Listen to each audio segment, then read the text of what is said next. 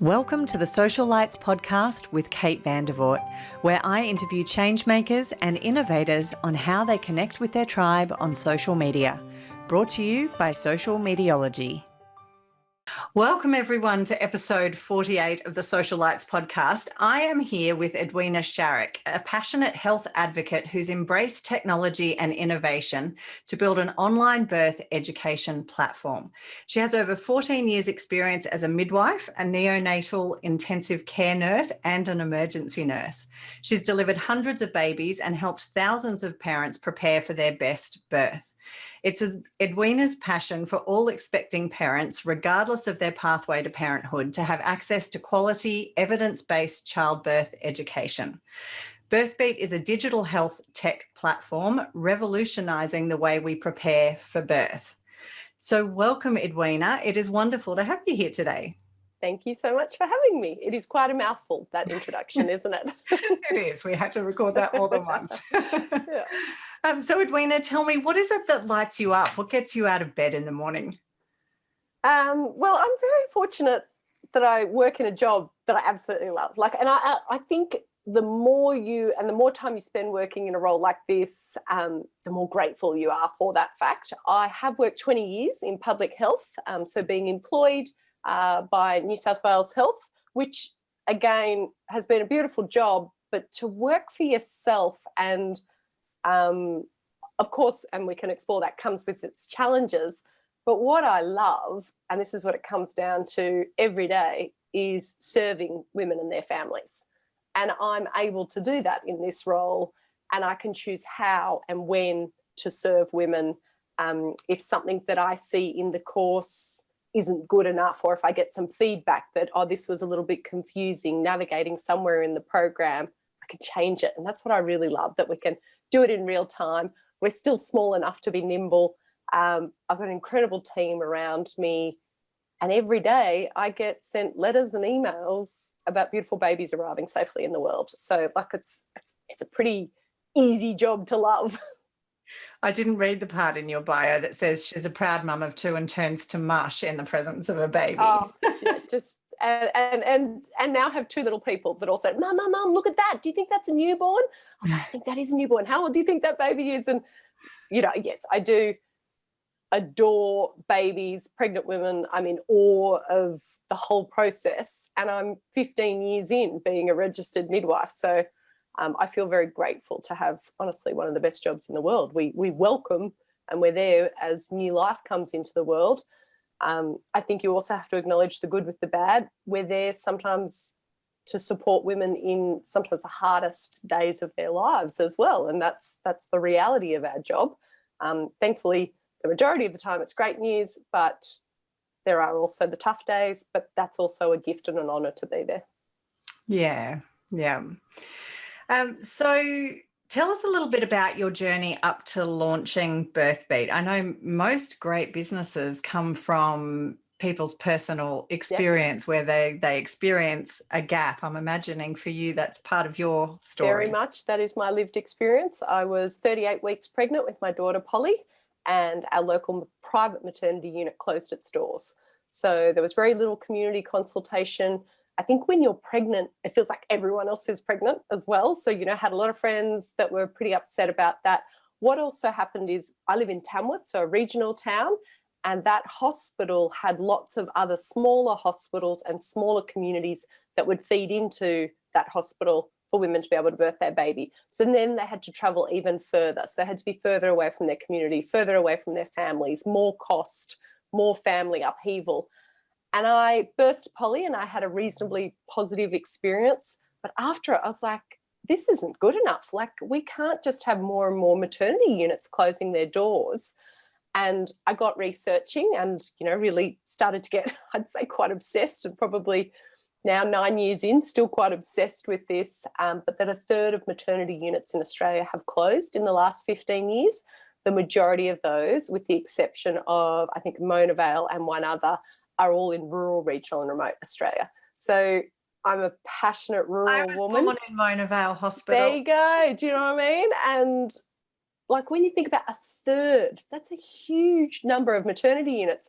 it's also a huge number of women, and majority of them in rural Australia, who don't have access to a midwife, who have to travel long distances, who have to leave their families to birth their babies, not even taking into account our Indigenous cultures, which it is just so challenging for them to not be birthing where they live, and birthing on country. So I think the more I learnt, the more it lit a fire in my belly to say this isn't good enough. And we started on a very small scale teaching childbirth education face-to-face here locally, because there wasn't a good service being provided. And, you know, for all of the words that are used so often, it was organic. We had no marketing spend. It was just word of mouth. And that went on like that for a couple of years. I then birthed my son, Theo. And again, my husband did birth beat. So we've written the course content. We've made it so that women know how to prepare, what it's going to look, sound and feel like. I found like all these childbirth education courses, a lot of them would just like talk about a certain state, like how you should relax in your mindset, or how you should breathe, or how you should stay active. And they'll focus just on these one stage or one point, whereas ours is just so comprehensive. Yes, we talk about breath, but we also talk about how to prepare your pelvic floor, and we talk about prenatal yoga, and we talk about mindset, and we talk about the conversations to start having with your partner, how to write a birth plan, what to pack in your bag. Like there's a lot of information. And so we weren't able to do all of that in just one weekend. And we had people traveling all over the state to come to our classes here in Tamworth. And Theo had been born, as I said, Roscoe did a birth beat class, not taught by me, taught by someone else. You should never try and teach your husband. And Theo's birth, like just the experience, he was a big baby and it was hard work. It was genuinely a beautiful day because we both knew what to expect. And I knew what to expect as a mother, not as a midwife. And my husband knew what his role was as a support person. So that then again fueled the fire even more for how do we create content to show the support person what their role is in the birth suite. And that's what the course is now, and it's grown into having other products as well, which is essentially just our community said, what if they stop breathing? Oh yeah, you need to know first aid. So now we teach first aid. A lot of parents in the first 2 years have a lot of trouble with their babies sleeping. So now we've got a really comprehensive sleep program that supports parents. So it does just keep growing. We were doing it face to face. And then I feel like I need a roadmap when I'm explaining all of this. And Theo was born. And then I think when Theo was 2 and Polly was 4, I was managing the local maternity unit. So 1,000 births a year, a very busy, big role, and then teaching birth beat on the weekends. And my husband was just like, something's got to give here. And that was, that was really hard for me because I loved birth beat, but, I also needed to see my family and I was working full time. And that was where the idea came to how can we serve more women in Australia?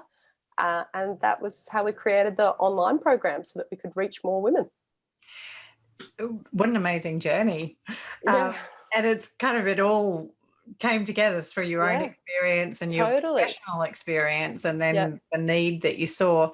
So when these maternity units are closing down and you say women have to travel, babies don't always, I know for me with my second, I didn't want to go back to where I had my first because of the trauma that I had associated with there. I'd had my first and then had a miscarriage and then had a baby at 19 weeks that I had to give birth to, and I couldn't go back to that hospital. It was all on the same ward and the same units, and there was too much. So we went to a different hospital, which was a 50-minute drive away. Babies don't always factor in the fact that you've got a long drive. So how does that work when a unit closes down and a woman actually has to drive hours and away? I think this is what a lot of Australia, if you don't live in regional Australia, people don't understand this concept, because this isn't just around birth. And this, is a bit of a segue, but this is all healthcare. This is access to all healthcare. You have to travel.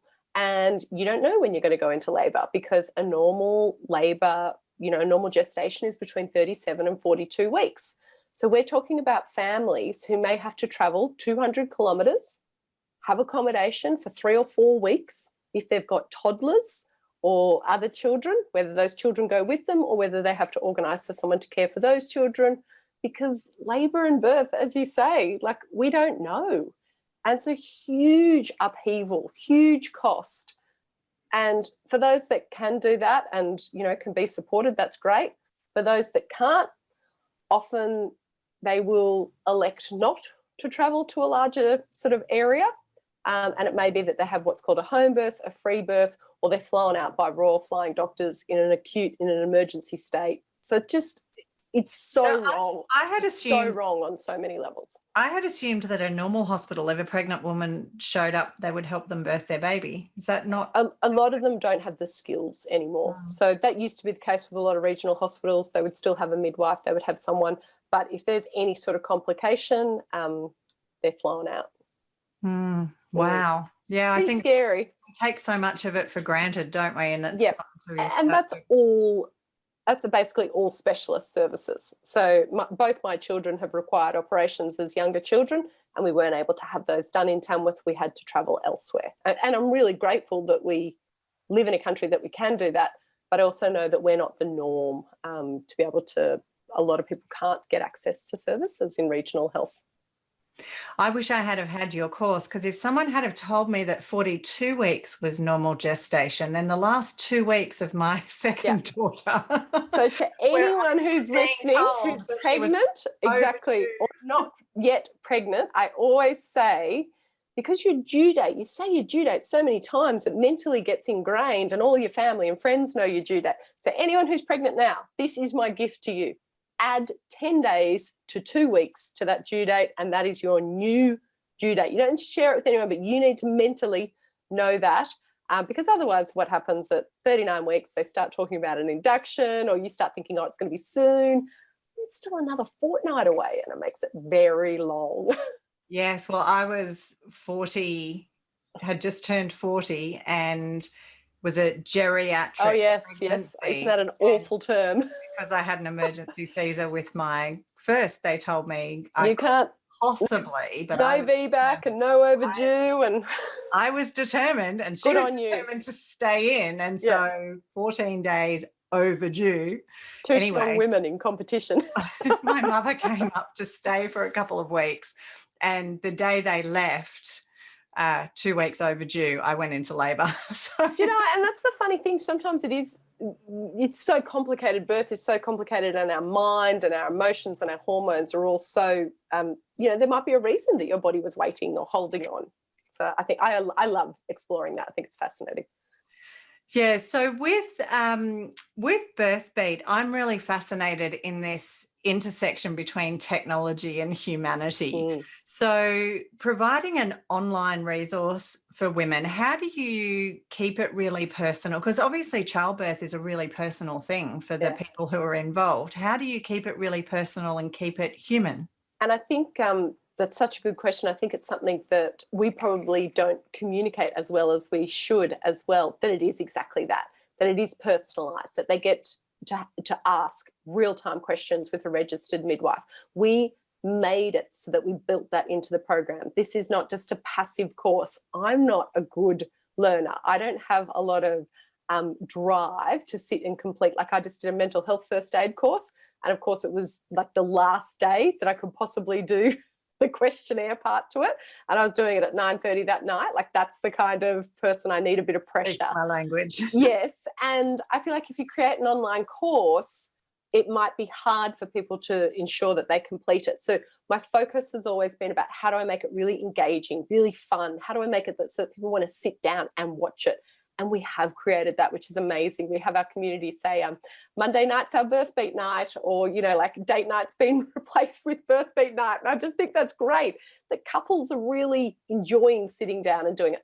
What we do as well is that we make sure it is interactive. I speak to them. We run live Q&As every week, so that the community, again, are meeting each other. We've got a really active Facebook group where everyone who's part of the online program is within that Facebook group. So you get to know people. Everybody knows where everybody's from, like, if you're comfortable with sharing that. And what I have done is I've done a lot of research into how do adults learn best online. So it's a combination of videos, downloadables, audio, to make sure there's different educators, so that it is truly engaging, again, so that they feel like they get their value for money, but also so they truly get educated. You don't want to just be sitting on the couch watching someone go through a slide deck. That's not modern online education. Then again, we automate and personalize all of the emails, and we make sure that we're speaking to any of the needs of the couples. And if they need it, we will also jump on and do private consults. Great. And so our listeners are really interested in the concept of building community and how we use online technology to do that. And I know a lot of people don't set out necessarily to intentionally create community. And often a business like this, you amass a community because you're bringing people together. What are some of the things that you've done to proactively build that community amongst your members? I think what's interesting is we basically segment our community into two. So we've got our paid members, and we've also got our free content that we deliver to our community, because again, that's important to me. I like to give and serve as much as I possibly can, but I realize I can't give everything away for free. That's not a great business model. So anyone in our online program has access to what we call the Birthbeat VIPs, which is a closed Facebook page who have really close interaction with me, women's health physios, lactation consultants, obstetricians. That's like the gold class ticket. But I was always really comfortable in social media talking to them because I knew they wanted to hear from me. Then when the pandemic, and this is really when our community really exploded online, was, well, gosh, there are so many women and their families now really isolated because of this pandemic. Their classes have been cancelled. They don't have access to quality childbirth education, and they're scared. They need real-time updates. And that was when we kind of sat down and said, right, how are we going to address this? And I said I would get on Facebook live twice a week, Instagram live twice a week. And as information came out from Royal Australian Obstetrician RACGP, which is the College of Obstetricians and Gynecologists, that's a mouthful, or anything was coming out from the College of Midwives, we were sharing that information, but then explaining what it meant. I felt like a lot of that information was coming out from state and from health, but it was like, now can you explain that in layman's terms? And I always felt really uncomfortable, like sitting talking into my phone. It just felt a bit naff. And it was once you just start doing it, and I actually love it now. Like, I get excited. I get on a Monday morning, I'm like, here we are, Birthbeat Live. And everyone's like, you've got so much energy. I was like, I love talking to my community. And it was, I think the COVID sort of forced me to do that because it was something that I felt a bit uncomfortable with. And I'd heard all the coaching and all the, oh, you've just got to start and then it will, become more natural. So I have nothing more insightful than to say, you've actually just got to start and realize that your community, you need them more than they need you. Do you know what I mean? Like, I value my community so much, and I think that's probably what makes it, I don't know, that's what makes it a success. And it sounds like too that you've really evolved the products and services based on feedback from your community, which is what community is all about. Totally. It's what so many brands and businesses miss. Completely. Tell me what you want. Tell me what works. My community are so awesome. The other day, someone said, "Oh, just a typo there," and they screenshot it and sent it to me. I was like, "Awesome!" So I love that they're that invested that they go, "Oh, I'll just send that to Edwina. She'll want to know that," which I totally did. And we get the most beautiful reviews and feedback, and that stuff. That's because they're truly invested. Now, a lot of communities come together for a particular purpose and then disband, and others come together and last for a long time. I remember when I was pregnant, I joined all these Facebook groups, and some of those turned into mothers groups, and I'm still friends with women that I met all over Australia and sometimes the world who were all pregnant at the same time as me. How do you manage that journey or that transition through your community, given this is a fairly defined time in a woman's life? I think when we started, we really thought that they'd only be in our community for 12 months and then they wouldn't really want to hear from us. But then after about 12 months, they're thinking about being pregnant the next time, so then we go into, well, they're thinking about it. And so then we Well, go. they've still got all those fabulous. Yeah, exactly. Cute little 8-month-old. And you're like, this would be a great idea. Let's get pregnant again. The second one. But because we also do our baby and child first aid, and now we do our sleep and settle, we've realized by introducing more products that will support our current community, we've also extended the time that the community is engaged with us. But we appreciate that, they're not going to be in there probably when their kids are 9 and 10, and that's okay, because again, it's a revolving door for us, because women are always going to be having babies. Do you find that some of the older or longer term members stick around and support your? Totally. It's so great. Like the other day, that's maturity in a community. I know. And the other day I screenshotted something to share with the team because I hadn't answered something in the Facebook for the VIPs. And one of the other mums had said, oh, it's in module 9, the videos. And I was like, yes, that's when your community have your back, that's that right. They're taking time out of their day to answer the group. Or often it's around product recommendations. Like, hi, we're going, like I just saw one there, we're going traveling with a 6-month-old looking for a best travel, and and all of them are taking photos and saying, oh, I liked this one, I like this, I didn't like this. And that's what a mother's group is. So we've created that virtual mother's group, and they're so kind. It's just beautiful. And I swear some of these online communities, they make or break businesses in terms of recommendations. Yeah, exactly. But and again, I think that's good, because it holds businesses accountable, that if you have crappy service or if you don't treat your clients well, you'll get found out pretty quickly in this day and age. I remember when I was pregnant with my first, I was pregnant with my second, but it was the mother's group from my first. And one of the mothers, her child had fallen through the side of a cot, and the company were appalling in how they dealt with it. And there is nothing like one cranky mother, but you get a group of cranky mothers. Oh, look out. And they started giving feedback, and I, being a social media specialist, sat on the edges because I'm very aware of what that can do. But they started giving feedback on this page, and they just deleted and blocked every single person. Wow. Well, then it went viral in every mother's group across I was going to say, like, just, do you know what I mean? The way, like, our culture in our workplace is be kind, don't be a dick. Do you know what I mean? It's not that hard. Just do the right thing always. And like, I teach my 2 young children that. How do we not get that in, corporate Australia still? And so have you needed to put in guidelines in place? Because I know how I don't have any, if you join this group, you must. We don't have any of that in our closed group.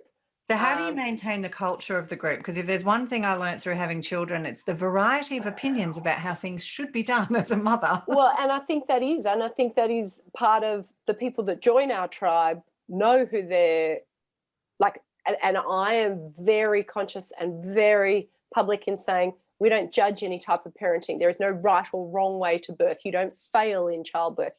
I say this over and over and over. And, I really think your vibe attracts your tribe. Do you know what I mean? Like, well, people can have really strong setting the culture. Yeah, and yes, people can have really strong opinions. I would say in the so like we have our VIPs who are our paid members, and then we have our BirthBeat tribe, which again but we do have that there are rules when you join that community.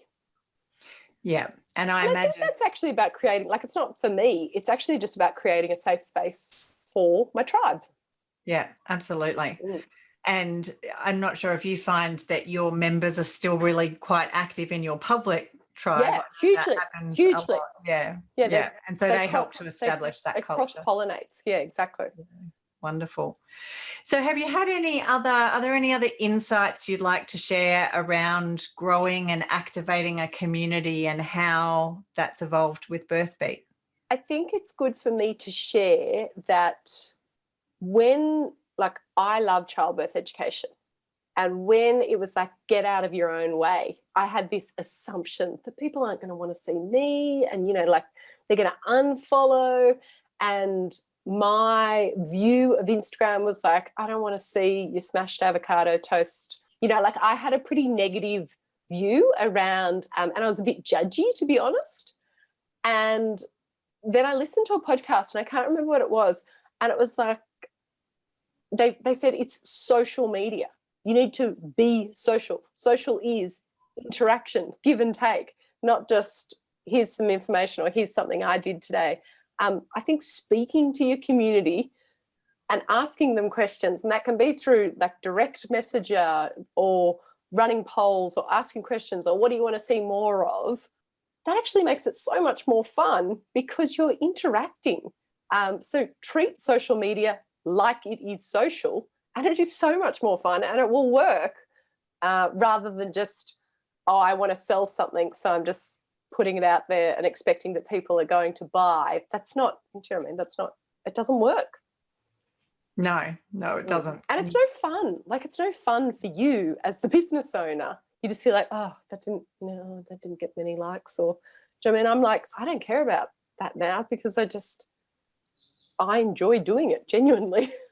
Well, and when you said before that people comment on your energy, when you do show up and you shine and you attract your tribe, then you get energy from that interaction too. And be you. Like I think like my sister, everybody else is taken. Yes, that's it. Or my sister always says, you do you, boo. And I love that because, often I'm in a hoodie and I'm very excited about my glass of red wine at 5:30, and I always tried to hide that and be really professional. And I think the more that you let the real you shine, that's pretty refreshing to see these days. Well, and I think it gives everybody else permission to be real. And in the glossy, glamorous world of social media, so many people, one of the best quotes I've been ever that I remember from my mother, early mothering days, don't compare your insides to everybody else's outsides, because everyone else looks like they're put together. That's such gold. That is such gold. And I think particularly in the early parenting stages, it's really easy to compare yourself to others or to hear those voices really loudly. And again, I something I share with all my birth beat mums, choose who you're going to give that microphone to. Do you know what I mean? Like choose, if there's someone that you really value and who's really important in your life, like your partner, or if you're aligned with another friend around how you want to feed and parent and help your baby to sleep, give them the microphone. But also you have the choice to take the microphone off for other people and put them on mute. Often it is well-intended advice, but it's just overwhelming when you're a new parent. So I actually give my birth beat parents strategies around how to put people on mute, who to bring into your tribe. And it's not forever, but it's about sort of a bit of self-preservation, particularly in those early months. Yeah, absolutely. And it's the same in digital marketing and social media that, you want to choose where you share who you are, and you want to do that in appropriate places. Yeah, absolutely. Awesome.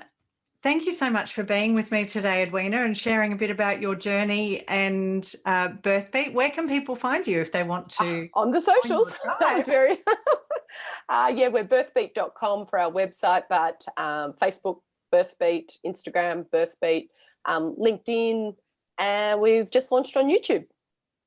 Fantastic. Well, we'll make sure to include all of those links. All those handles are BirthBeat. Yep. Yeah, wonderful. And it's been really lovely speaking with you today. Thank you. Thanks so much. Thank you for joining us on the Social Lights podcast, produced by Social Mediology. You can connect with us on Facebook at Social Lights Podcast, and you can find today's show notes and more episodes at socialmediology.com.au/social lights.